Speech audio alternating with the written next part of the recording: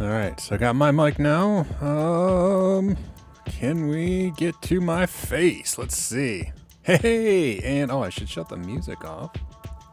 There we go. Hey, everybody, welcome to the live stream, the low expectation live stream. And Neil, my future son-in-law, is here. That's great. Hello, Neil. Neil and Lydia occasionally watch. I assume that's supposed to be an emoji, but you gotta love technology. We get that. So, how's everybody doing? There are already some comments there. Hello, Glocktor. Hello, Scott. Hello, Neil. Hello, Lewis. Oh, Santiago. Hello. Hello. Hello. Samples and Test is not here, I'm guessing, because Samples and Test left a message saying they wouldn't be here. So, let's see. I think that did I miss anybody? Oh, dude and Bite Moose. Hello, hello. And JD Woot. Oh, that's a different site. Although I did get a notification from Woot on my phone that tomorrow there will be a bag of crap at this very link. I don't know.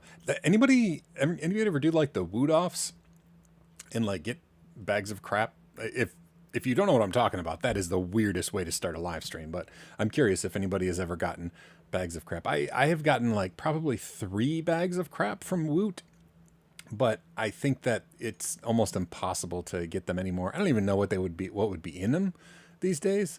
But if you don't know, a bag of crap is just a random assortment of odds and ends from like the Woot warehouse, basically, and they're $5, and you get what you get.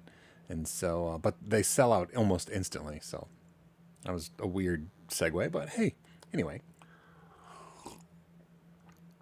Oh, Scott, meat a potato. I think it was a raspberry pie. Oh, and my mug. I noticed when I held it up, it's my is potato mug.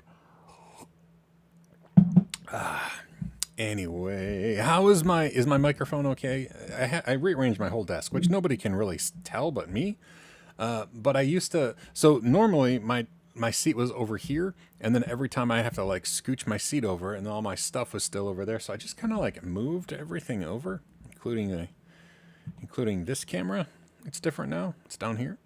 The idea was so that I could look down at my Wacom tablet and also look up at this screen and still see, and still have the microphone pick me up, even if I zoom in really close.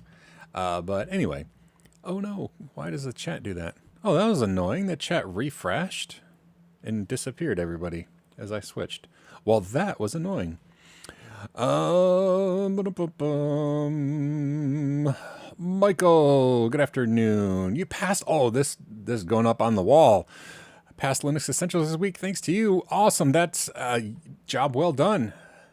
Very little thanks to me. Thanks to or good job you for doing all the heavy lifting. That's awesome. Congratulations. That is super, super awesome.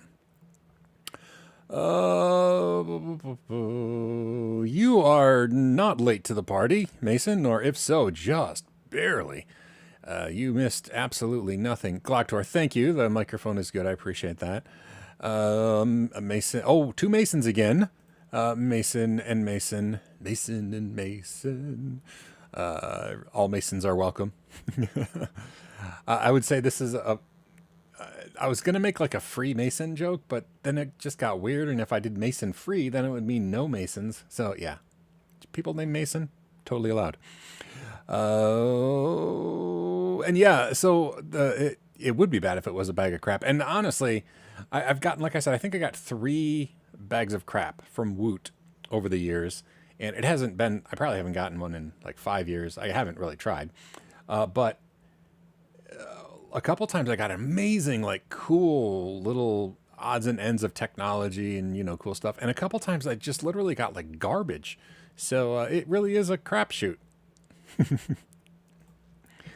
Bite Moose, you are correct. I will not be able to. And the reason I have a hard time finding the end stream button is because, well, for a number of reasons.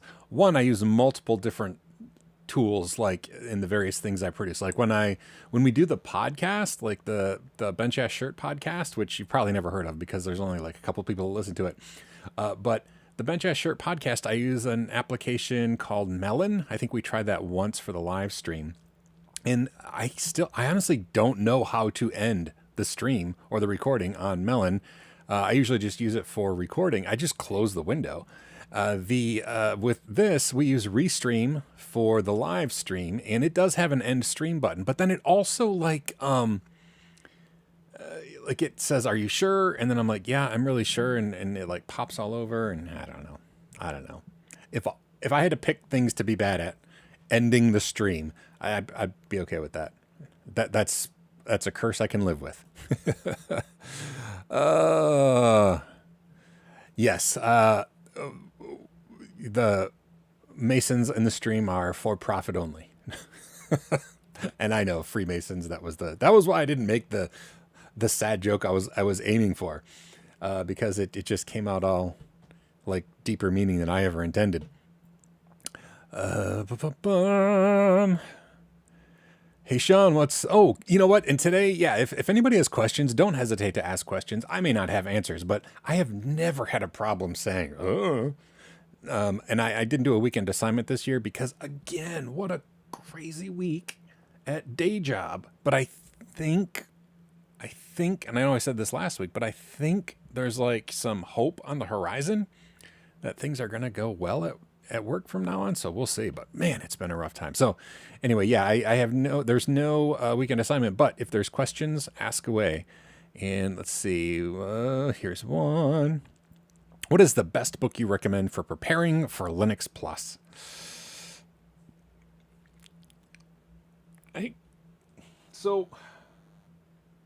Hold on just a second. I don't know if I have a book. Let me see what I had.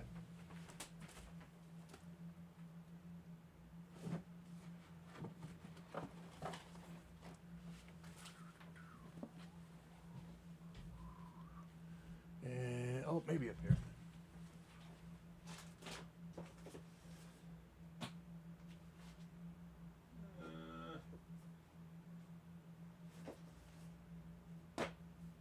No, it's not looking good. I just walking away. Have you ever seen the Saturday Night Live sketch with Target Lady where she's like, and it's what is her name? Her name is, I don't know. She's awesome. Anyway, but she's ringing stuff up, and she's, "Where'd you get this?" And they say like where they got it, and she just leaves. That's kind of what I felt like just now. I just left the thing.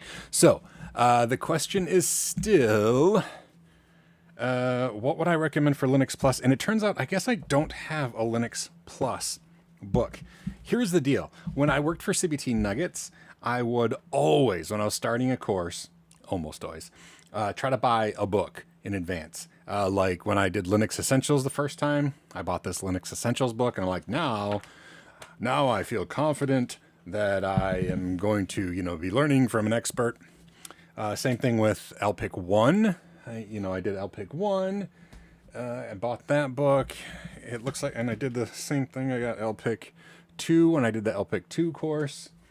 And this is just like free advertisement from my friend Kyle. Kyle Rankin's books, notice how it's not super thick, and that's because he just tells you what you need to know.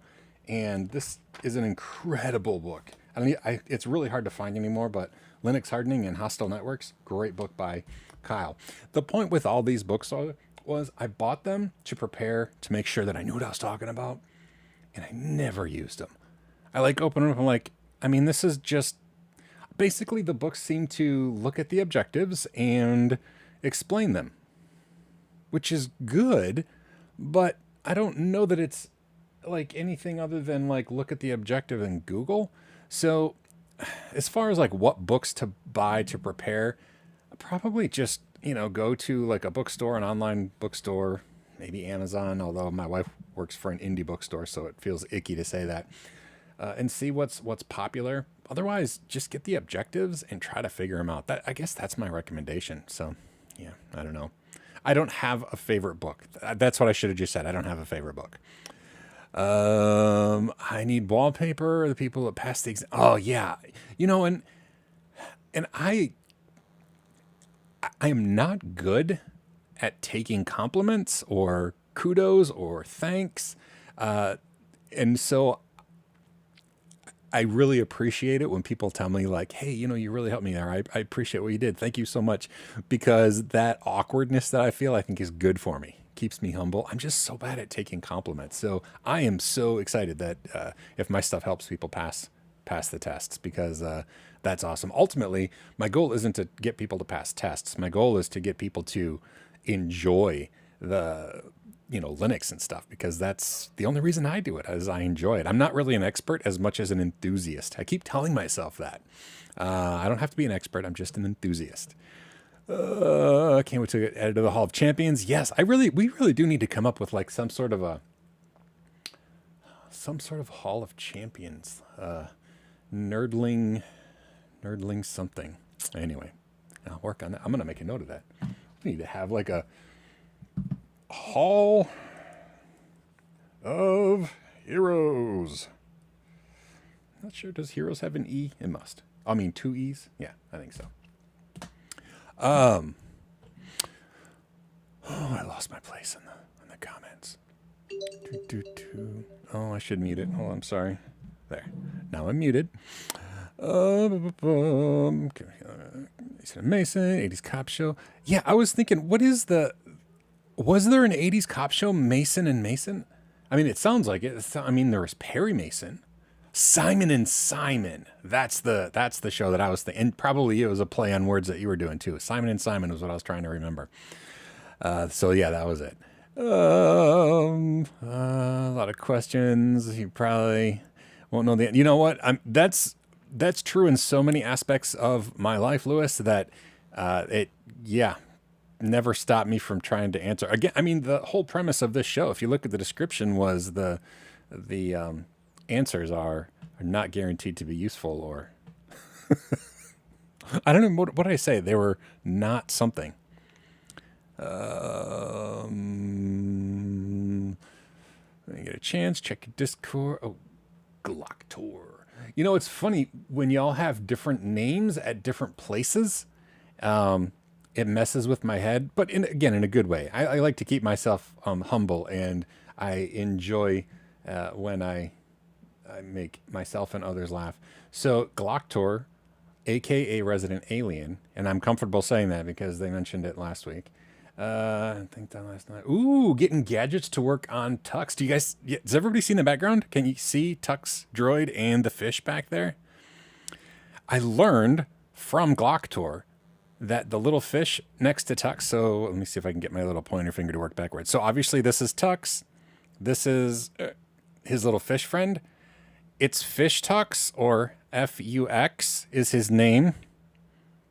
Can you guess why that's an awkward thing to name anything? Because I can't say what its name is out loud. That's just messed up. Anyway, Tux and Fish Tux. Oh, but it looks like Glocktor got a bunch of gadgets working, which is so cool because it's such old code and it's all 32-bit and it's awkward. But I got it working on Ubuntu 22.04, which means when I do the subathon, hopefully in the next couple of weeks or so, the person at tuxdroids.com has agreed to give away some Tux Droids on my channel. So that's going to be part of the shenanigans. So I'm excited about that. All right, let's see. Also, just congratulations on getting the stuff working, Glocktor. That is freaking awesome. And Glocktor is going to share all the stuff with everybody, as am I, on how to get one working if you want one. Oh no, did I malfunction? Am I not here? Am I working? I'm so far behind on comments I wouldn't know. Hopefully. Oh no, I lost my place. Hopefully I'm working. I mean, I malfunction often. I don't know. If something's wrong, I'll eventually catch up and see. Oh no, this is the Glocktor show. Oh, my grandfather. I don't know if my grandfather was or not. I didn't know either of my grandfathers. fathers. How many do I have? Let's see. On my dad's side, I would have had the one who I knew very little, and that was before my car accident. I don't know that I ever even met him after. And then on my mom's side, my grandpa, whom I called Papa, which was just interesting and cool. I called him Papa. I used to go hunting with him every year in the UP of Michigan. We never got a deer, which I was fine with because I just wanted to spend time with my Papa. And he drank instant coffee that was so strong it almost made me throw up. And his wife, who was from the hills of Tennessee, went by Granny or Nellie. Nellie? I don't remember what I called her, literally, because it was before my car accident. And she would make just yellow cake with no frosting, and that was like, just had it out all the time. Like it was always like a thing. Like a toast? No, how about a piece of cake with just no frosting? And that's what we had. So anyway, welcome back to my childhood. Linux Bible and how to works are good combo. Oh, so anybody else who's looking for good books, that's good. And I don't know if you follow me on social media, but I'm gonna write more on my blog and then eventually work towards a book of some sort. I don't know if it's going to be a tech book or not, but I miss writing. I really do. And Kyle Rankin, the one whose book I was just touting there, is talking about he's going to start doing some self-publishing stuff. I mean, he's been published, in traditional, and he's going to do some other. And I just want to get writing again. I miss it. Let's see, Michael. Now that I have Linux Essentials, I'm going to decide what cert to get next. One of the FANG companies is encouraging Red Hat, or I'll pick one. Which one would I pick? Well, I don't know what a FANG company is. Maybe that's Facebook, Apple, something, Google. Is that what that means? I'm not cool. I'm not one of the cool kids, but I'm guessing that's what it is, and I don't know what N stands for. Let me think. I'm going to try to guess. Maybe Netflix? Maybe not Netflix. What is a big one that would start with N? It's got to be Facebook, Apple, something, Google. I don't know. I'm going to feel silly because I can't think of it. But anyway, if they use Red Hat, here's what I would do. I would say to your employer or ask your higher up, what would benefit my career most? Is there an advancement opportunity, a pay increase potential, that sort of a thing? And if so, go with that one. Because LPIC 1 and Linux Plus, in my mind, are about similar when it comes to how much information and stuff they cover. The Red Hat Certified System Administrator, I have to think through it in my head, has a similar level of information, but it's obviously Red Hat specific and does go deeper into the Red Hat world.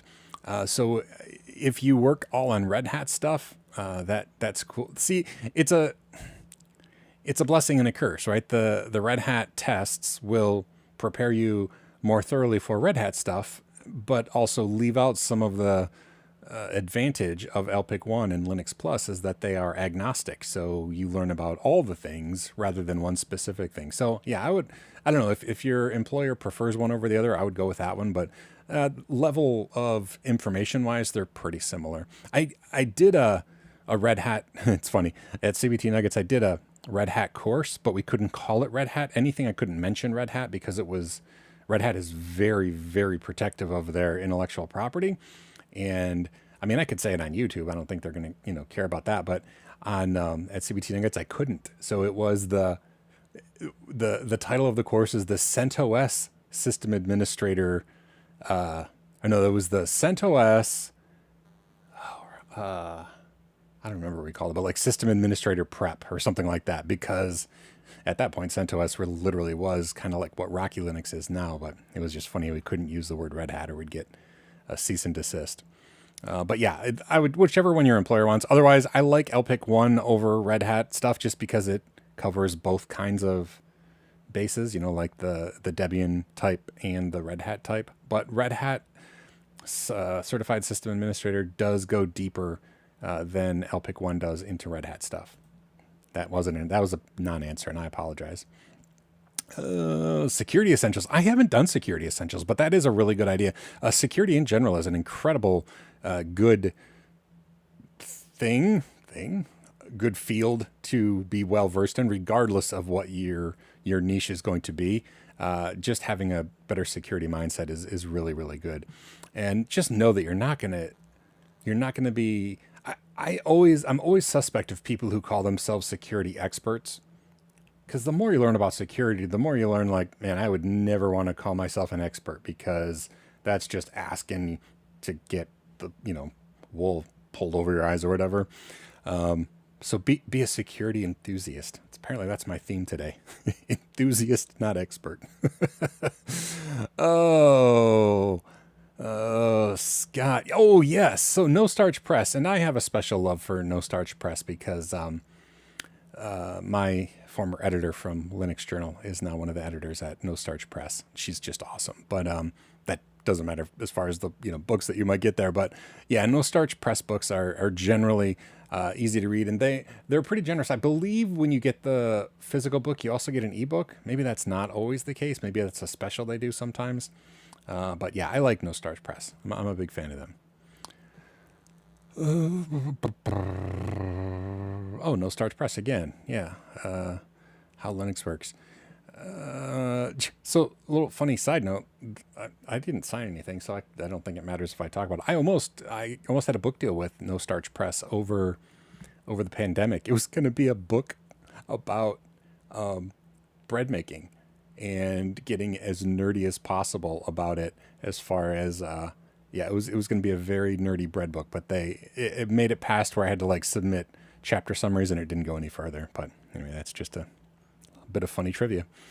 The Nerdlings of Notoriety. I like that. That's better than whatever I had. Hall of Heroes. I like that. I'm all about alliteration too. Nerdlings of Notoriety. Oh, that's good. What is the capital of Tibet? The T at the beginning is capitalized. Oh. Oh, and Mason actually knew. I mean, saying Mason knows in this particular live stream is not as tall of a feat, because there's multiple Masons. The maniacal multiplicity of Masons. Shane, welcome. Yeah, it's a pretty laid back podcast. You have not missed a whole lot, except we have multiple Masons. Oh,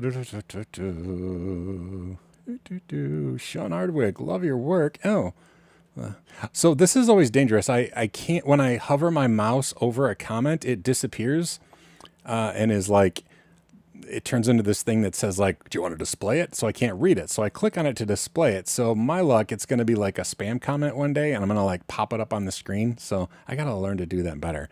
Sean Hardwick, love your work. Find you on Linux Journal, create an webcam app, IP cams. Oh, sweet. So did you like read Birdcam articles? Because man, there was a whole string of Birdcam stuff that I did some crazy things with Birdcam. Like I used the Motion app in Linux to like capture images, and then at the end of the day, I compiled all those images into a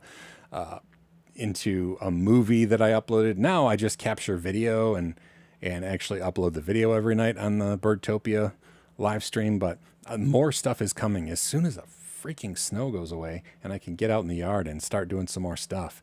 I'm excited about Birdtopia again this year. So yeah, that's awesome though. That is really awesome. Let's see.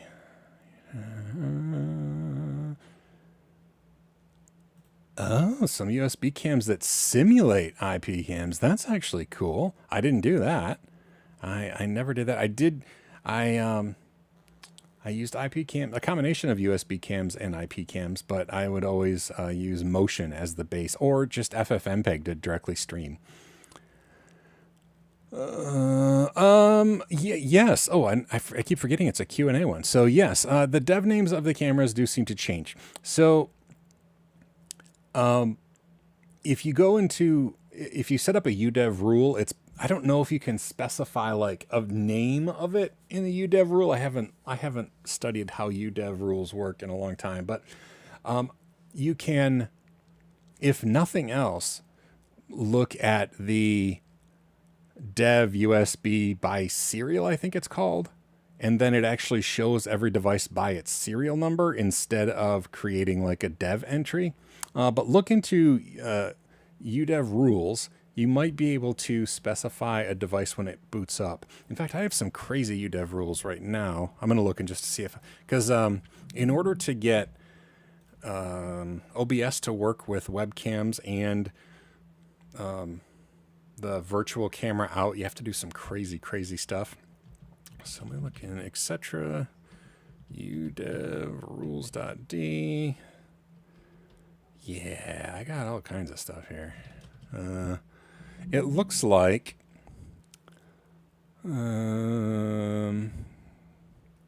subsystem. Yeah, I think you can change the attribute name. So yeah, let's go down here. So if you look up here, so the USB, this is the vendor thing, like my actual camera, which is like a HDMI USB thing. This is the vendor ID, and then it changes the attribute name to this. And so this is actually the name of my video device. And yeah, you'd have to figure out exactly how to create the rules. I actually don't know off the top of my head how to do them, but I think it is possible that you can specify a particular name for a serial number of a specific webcam. Hopefully that makes sense. I program them all. This might mean the cameras. So Glocktor, again, all about Glocktor today. It could be the same sort of thing. Using UDEV rules or no? Oh, it was Netflix. That's cool. That was just a guess on my part. That's awesome. I'm very proud of myself. I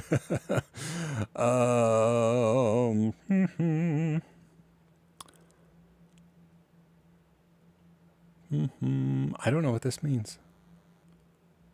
I don't know what that means, but that's okay. Let me ask. Okay. All right. Re-ask a question because I didn't really answer.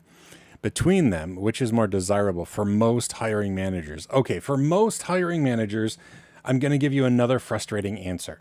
If it is a place that uses and utilizes Red Hat in their infrastructure, like if they are a Red Hat using company, that Red Hat certified system administrator certification is going to be like gold. They're going to be like, you already know how our systems work. If they don't happen to use Red Hat, like if they abstract it like to the cloud or something where they're just using, I don't know, like AWS or something, and that Red Hat specific knowledge won't be as useful, then it's possible that the LPIC 1 might be a broader coverage and might be more impressive. But that being said, everybody knows what Red Hat is, and you can't really go wrong with it. So I hate to tell you which one is better because they're both better for different reasons. The Red Hat specific one is going to be much more attractive to an employer who already uses Red Hat, less so if the employer doesn't specifically use Red Hat. So yeah, if there was a clear one is going to be better for you than the other probably wouldn't exist. So that's the rationale that you'll have to think through when you decide which one to go for first. I'm sorry, I can't be more help than that.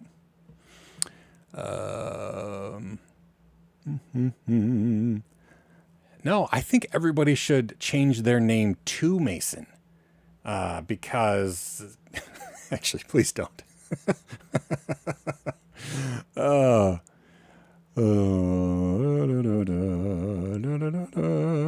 Did I already answer this, or is this a new person? I think this is a new person. Brian, so I have a bunch of books here. None of them are Linux Plus. I thought maybe I bought one. I used to always buy a book before I started teaching something, and I find that I very rarely referenced it. So if you really are somebody who really wants to have a book to learn from, which I understand. I mean, books are awesome.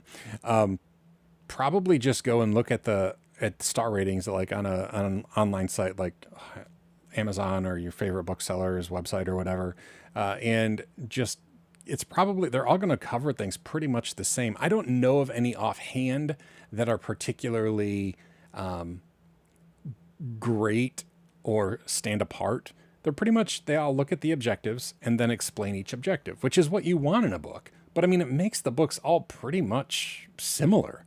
And so, like, if I were to write a book, people would either be like, you really want to get that book by Sean because he writes in a way that is fun. I would hope they would say that. Or they would say, any of the books are fine, just don't get that one by Sean Powers because that guy like makes it a story and not even a like a textbook, because I could not imagine myself writing a textbook kind of thing. So they're all going to just cover the objectives, and that's what I end up doing, is looking at the objectives. And if I'm not readily familiar with each topic, I'll Google it, I'll look it up, I'll read articles online, and then I'll just figure it out in person, because doing it is really the best way to learn, right? So I'll like get the gist, and then I'll make sure that I understand it by doing it in a virtual machine, something like that.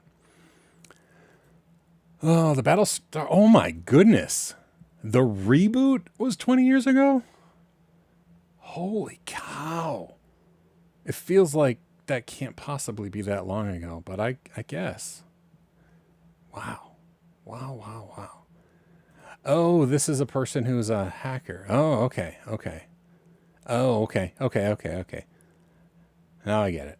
Yeah, I'm not up on cool stuff. I don't know cool things. JD, what is my best advice and tips for someone who completely new to Linux trying to pass the Linux Plus on the first try?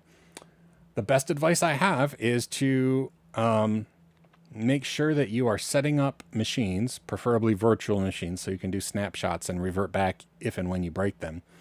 Go through the objectives and make sure you understand what each of the objective lines are talking about. Sometimes they're placed in a way that make not a whole lot of sense. And if you watch, I know I just started the Linux Plus, well, I didn't just start it, but I haven't gotten that far in my Linux Plus course on YouTube.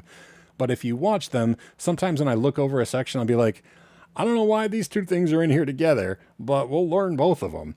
And just go through it and make sure you understand it. And it's so important to do it, though. Even if it's like, oh, I understand that, you should still go, get a virtual machine going and try it out, because there's something about doing it that just cements it into your brain better. Because in the real world, it's not just about all the checkmark items on the list. It's about, when I have a problem, what tools do I have in my mental quiver to solve this problem? And if you can do the things when you don't have a problem, then you know how to do them when you do have a problem.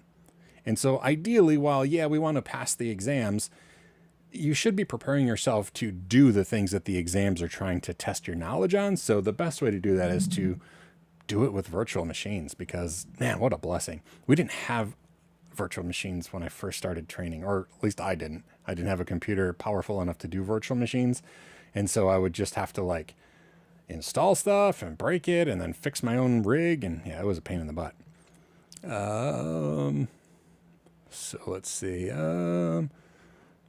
How's my family doing? Yeah, they got back the night before last week's live stream, and they're good. Nobody was hurt. It ended up being a really late night, and they had the baby, and the baby was cranky, but nobody got hurt at all. A tow truck came really quickly. Did not take insurance, which we have roadside assistance for this exact reason in our insurance, but the tow truck didn't take it. What are we going to do? Not have them pull us out? So we had to pay them cash, which sucks, but. They got out. They ended up getting home about 11:30 p.m. But apart from being really tired and the baby was cranky, everything was fine. So it was good. Thank you for asking, though. CompTIA and Cybex are very good books. Yep. Again, I generally am one of the people who looks at the reviews, and that's probably not the best, but man, a book by Sean. I hope a book by Sean happens really soon. Because I miss writing, and this just the past couple days, I'm going to start writing my blog more. And then, I want to write a book. I've never written a book. I've written so much for years and years in the magazine, 6 articles a month, but I never wrote a book. So I would just want to check that off my bucket list.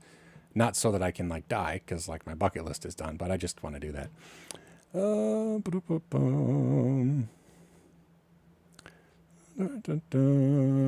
Yes, and like Lewis said much more succinctly than I did, the best way to pass the exams is to practice in real life on a real computer, and not just reading. That's my when I'm prepping for something, I'm always tempted to like read it and say, yes, I understand that, but understanding something and doing it somehow are different, and I can't explain why really, but just it's almost like the difference between knowledge and wisdom, right?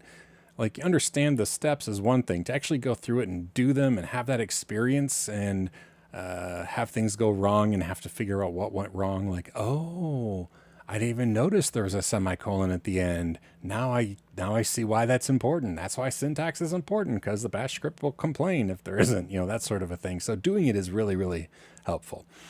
Part compliment, part question. All right. I talked earlier. I'm not good at compliments, but I'm gonna do my best.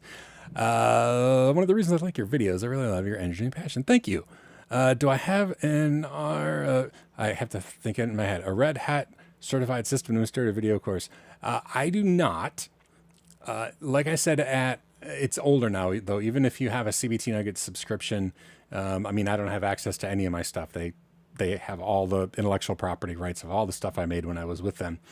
But they have a course called the CentOS Certified System Administrator Prep, and that was based on the objectives for the Red Hat Certified System Administrator. So that was how we got around it, but that's probably a couple of revisions old now. It's been several years since I worked there, and it was several years before that I actually made that course. So I have done it, and like I said, it's it's a lot like LPIC 1 or Linux Plus, but just more Red Hat specific, a lot more individual things about Red Hat, and stuff has changed with Red Hat too. So things that I would have taught back then, I think those were in the days of Red Hat 7, and now we're up to 9, I think.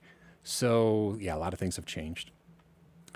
So I don't have one, and this isn't like to pat myself on the back, because for better or for worse, I don't really know other trainers that really train like me. I don't know. I just when I train, I try to act like I'm sitting right next to the person, and like you would at a restaurant, and like scribble stuff on the back of a napkin. That's kind of what my training mentality is. Like, you got to check this out, and like, why is this not as lame as it seems? Because let me show you. Octal notation is awesome.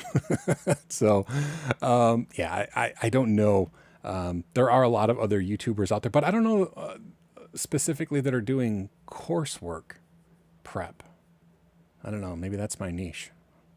But I'm going to keep working, and Red Hat has been a request. So eventually, if I can get making videos more regularly, hopefully that'll be on the list too. How goes a comic strip? This is still sad, and this is so sad. It's been almost a year now since I had COVID. I got it in the end of May. So yeah, 10 months. And I still have issues with exhaustion. It's nothing like Physics Girl. Diana, if you follow her on YouTube, oh my gosh, she got married. She's like, I don't know, like in her 20s, maybe late 20s. I don't know how old she is, but she's just young. She gets married, gets COVID during like the wedding / honeymoon, and she has been literally on death's door ever since. It just breaks my heart. So I have nothing like that going on post-COVID, but I end up sleeping like 4 more hours a night than I used to. And that morning time is when I used to do my comic, and I have not been able to get it done. So I'm still hopeful, but that's the story. No news yet, unfortunately. Yeah.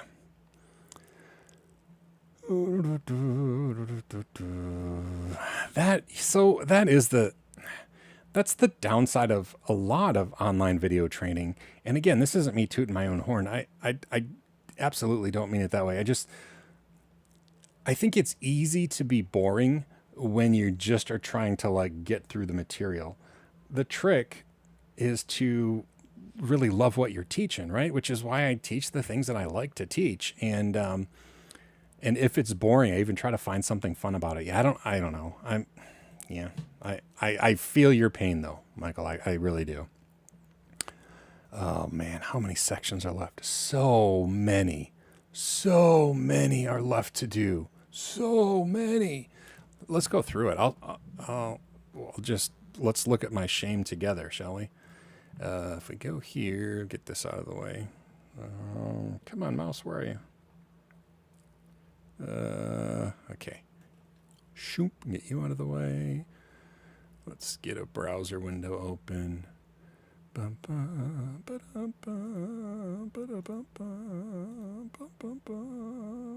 you're gonna open up there. I'm gonna move you down here. All right, I'm gonna use my own short link, snar.co/plus objectives. All right, so this is the Linux Plus objective list. And we did section 1.1, 1.2, all of 1.3, all of 1.4, all of 1.5, all of 1.6, and we are on 1.7 right here. We did, well, that didn't highlight well, but we did this part here. I'm a professional. We did this part. That was a video from 2 days ago. This is going to be pretty simplistic, kernel modules and how to configure them. So that'll be one video, and then we'll do this in one video. So we got 2 videos left, and then we're done with section 1. But then we have security. I can't imagine these are going to go a ton quicker, but maybe. I mean, there's fewer sections. And then we have scripting, containers, and automation. Now, the thing about this, I've done a lot of other videos, like I have a whole bash scripting course and stuff like that. So a lot of these, I mean, I don't know. What does everybody think? Should I mean, like all of this, right? All of this stuff, shell script elements, that's all going to be in my bash scripting course. Same thing over here. Almost everything here is in my bash scripting course. I haven't really talked much about these. So, there's some utilities we'll look at there.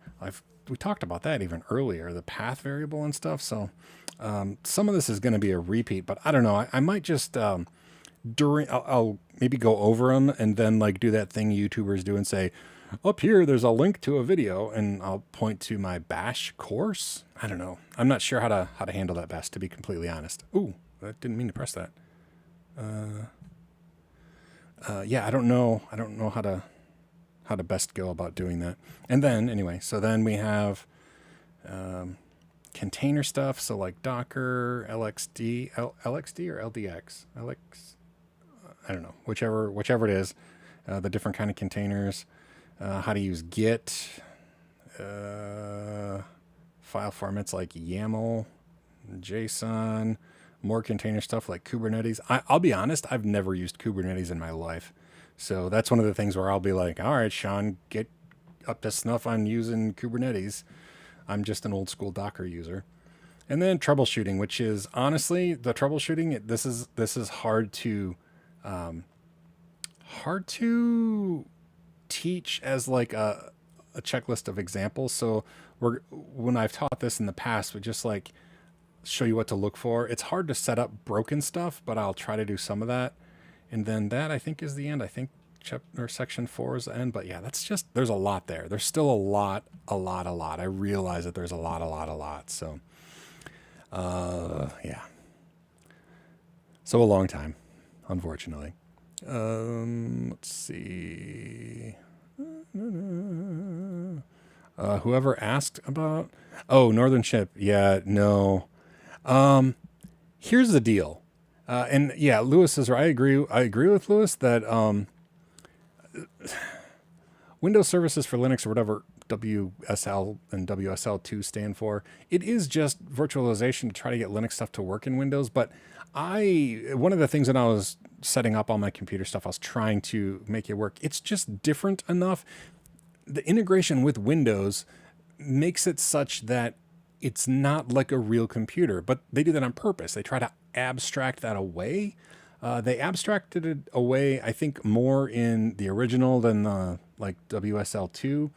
So I personally would just say get a virtualization platform, whether it's VirtualBox or Hyper-V, or whatever. Like I'm using what a QEMU / KVM, I think, on Linux. Whatever it is that you want to do, but I would get a real virtualization platform, because WSL abstracts away some of the stuff you need to understand, if that makes sense, especially networking stuff. So that's my 2 cents.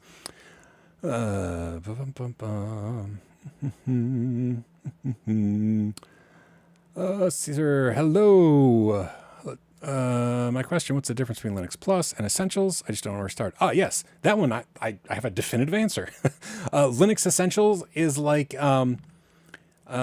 pre-algebra for the algebra course of Linux Plus. It's if you go in to the Linux Plus stuff and it's like, this is over my head. What? I'm so frustrated. I don't even understand what he's talking about, much less learning stuff. Then Linux Plus is not where you should start. Linux Essentials is designed. It is absolutely designed for somebody who is new to Linux or overwhelmed by LPIC 1 and or Linux Plus. Linux Essentials should be approachable by anyone interested in IT. So there's no prerequisites or anything for Linux Essentials.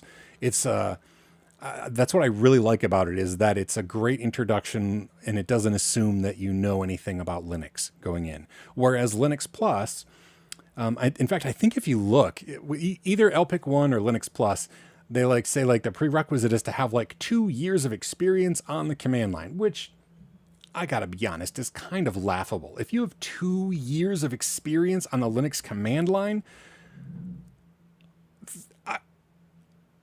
I learning Linux Plus, it's more gonna, I don't know. I think that's a little bit much for their expectations, but Linux Essentials should be approachable for anybody. And I don't even necessarily if you look at my intro video for the Linux Essentials playlist, I say this is the most important certification or most important exam you maybe shouldn't take, kind of thing. I don't know that the Linux Essentials certification is going to be something that will get you a job. If you want to make sure you understand the stuff, it's a perfect exam to take. It's okay, I think I get it. Take the exam. Oh, I really did get it. That's a perfect reason to take the exam. But more as a stepping stone to LPIC 1 or Linux Plus, I think is what I think of it when I think of the certifications as they go. Hopefully that answers the question. Probably more than you bargained for, more than you wanted me to say. But doggone it, I knew the answer. Oh yeah, and it looks like Northern Chimp and Lewis are carrying on the conversation. Jake at Linux, hello.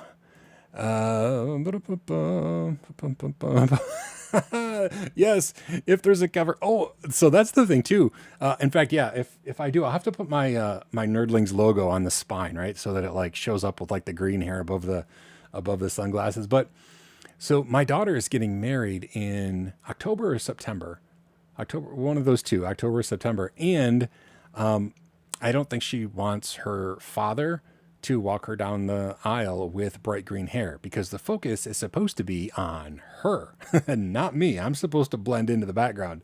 And so between now and then, my hair will go brown again, which is going to be weird for everybody, myself included. And then my plan is after the wedding to re-dye my hair green.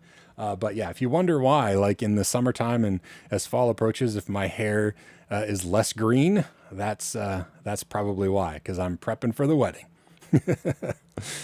Oh,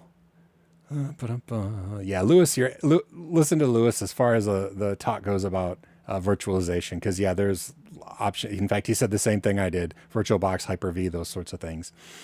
And read it or do it. Yes. That's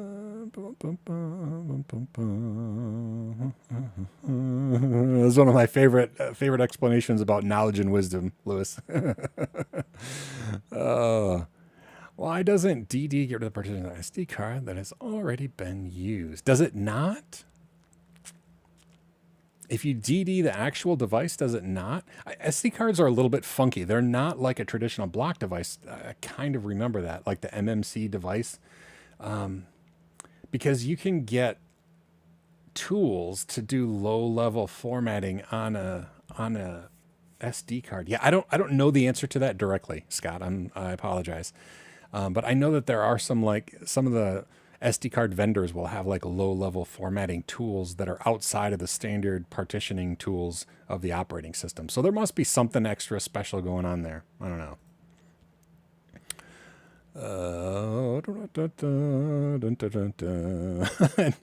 So I say something and I look, and Lewis said something similar to me as well.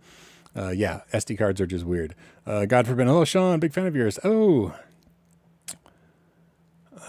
yeah. I hope that I can actually get back to making some stuff too, because it's been a rough month. That's for sure. Use my old Bash course and link to it. Maybe, I don't know. I missed that. I remember what I was talking about though. Christopher, I just want to say that you helped me pass the Linux Essentials. I think you're much better at explaining things than the instructor we had.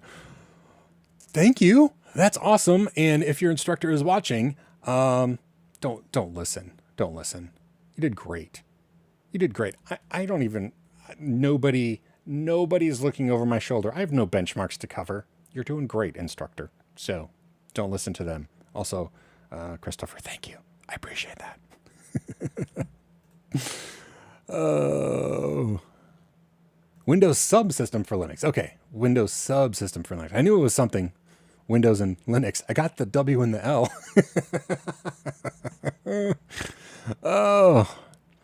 Oh, Jake, yeah, the Bash course, snar.co/bash. That's my URL shortener. It'll take you to my Bash course on my YouTube channel, or just go to my playlists on my YouTube channel, and Bash is there. Oh, yes, October. Okay, this is great because this is the guy that's marrying my daughter. So yeah, October. I knew it was. In my defense, there was like somebody else getting married around a certain time, and I was like, it was gonna be moved or moved later. I knew that it was about then. It wasn't that I wasn't listening. It's that I listened so close. I knew that there was a potential conflict. So yeah, that's why my hair's not going to be green. It's Neil's fault. Oh, let's see. Yes, it's a summer drought. Exactly. My hair's going to go brown just like the grass. Yes, I love it. I love it. 10 minutes left. Holy crud. Lewis, thank you. I assumed that we had just started. Shane, 9-minute warning, 10 minutes. My goodness, that hour went fast. Did I answered some questions. Anybody have any other questions? I made it to the bottom of the chat. Scooter Girl, there's a common or annoying issue on Linux Mint Cinnamon where you first log in and will ask you to unlock your keyring often multiple times. Why is this? You know what? I don't know why, but this really does annoy me. And I have one of those confessions where, remember I said it's never a good idea to say you're a security expert? I am not a security expert. I'm a security enthusiast, but I'm also lazy as crap. And so that first time you log into a system, and I don't think it's specific to a particular distro like Linux Mint, maybe not even Mint, because like I think that happens the first time I log into Ubuntu at all. Anything that uses like GNOME stuff, that it like wants me to type in a password to encrypt my GNOME keychain, and I always just click OK without a password. And I know that's the worst ever thing, but I prefer to lock my computer other ways. Whoa, what is this? Gregor Schetz says, like to scream. Oh, cool. I didn't even know that was set up. So cool. Way to make my screen do things. That's awesome. Yeah, I don't know why it does that multiple times. My only guess would be something like the permissions on the keychain, or like the however it stores that password. I don't know. I mean, honestly, I would just Google the crap out of it, to be quite honest. But it does annoy me, and I always do just save the keychain with no password, which I know is bad, but that's just usually what I do because I'm with you. And you know what? I might just disagree. I get what you're saying here. You know, like if it, it adds complications and, it tries too hard and then it makes things more complicated, but doggone it, I really do like the idea of Linux being accessible and simple, and it should just work. It should just work. I'm with you, Scooter Girl. Grr. I don't have a good answer other than I empathize with your frustration there. Grump. I didn't even open my drink. It's been that good of an hour. All right. I'm curious, what distribution and or Windows Manager or Window Manager desktop environment does everybody who uses Linux here use? I'll go first. I use Debian Bookworm, and I use IceWM as my window manager. I'm just curious what anybody else does. And I also, I have lots of monitors. Like I have an OS X machine that I connect using the No Machine protocol. And do you know why I use No Machine instead of Rust Desk? I really want to use Rust Desk because Rust Desk, which is oddly difficult to say quickly, is just a really cool program. I like it a lot, but it like crashes on my Debian machine. Like I can't run it on my Debian machine. It's annoying. So I use No Machine. I just use the free version. I think you can pay for it, but I just use the free version, and it's great. It's like VNC but better. Debian Buster and Left WM. Oh, this is new. This is new. I had a conversation with Scott. A 4-minute warning. I know we're getting down there though. I haven't tried Left WM, but I just can't. I can't because I'll get sucked down that wormhole and just keep playing. Hannah Montana Linux is great. I got to be honest. I enjoy Miley Cyrus's singing. So if it like she sang like a welcome song every time I logged in, that'd be cool. Let's see. A real question here. Is there a way to change SSH ports server using Ansible? Anything useful? Always lock myself out. So let me clarify here.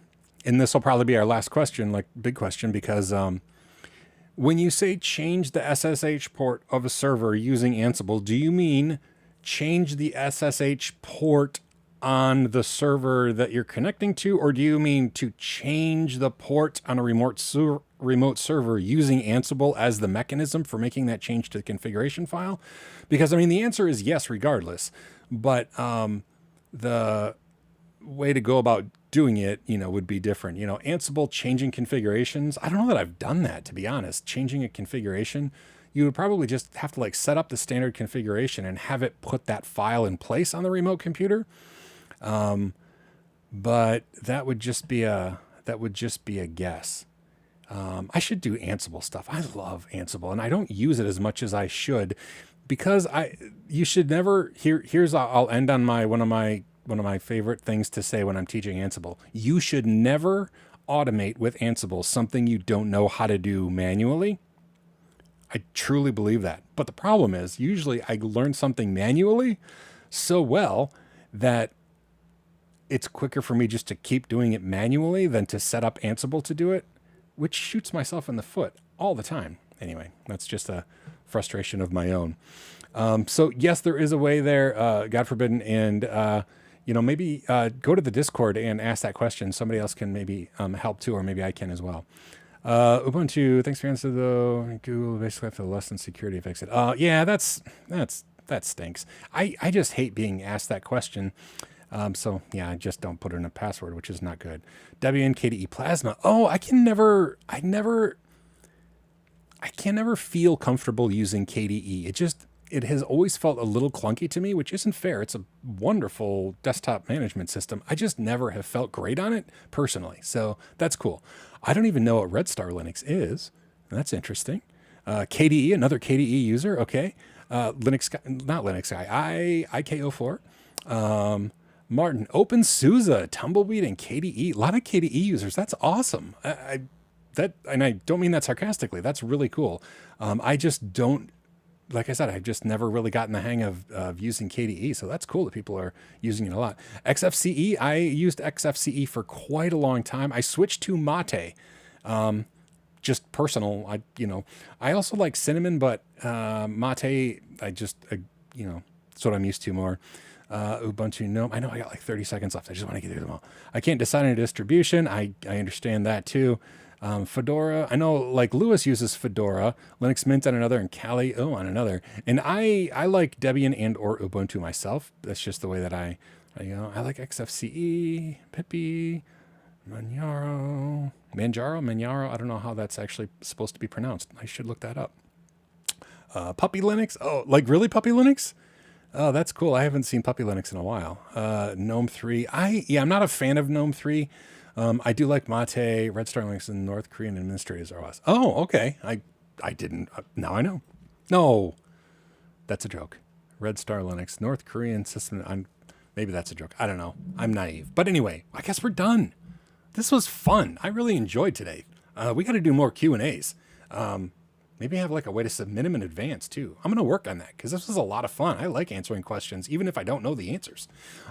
Thanks everybody. I'm going to have a coughing fit now because I didn't drink enough water, but, yeah, have a great week. I hope to have several videos this week because like I said, I hope knock on microphone.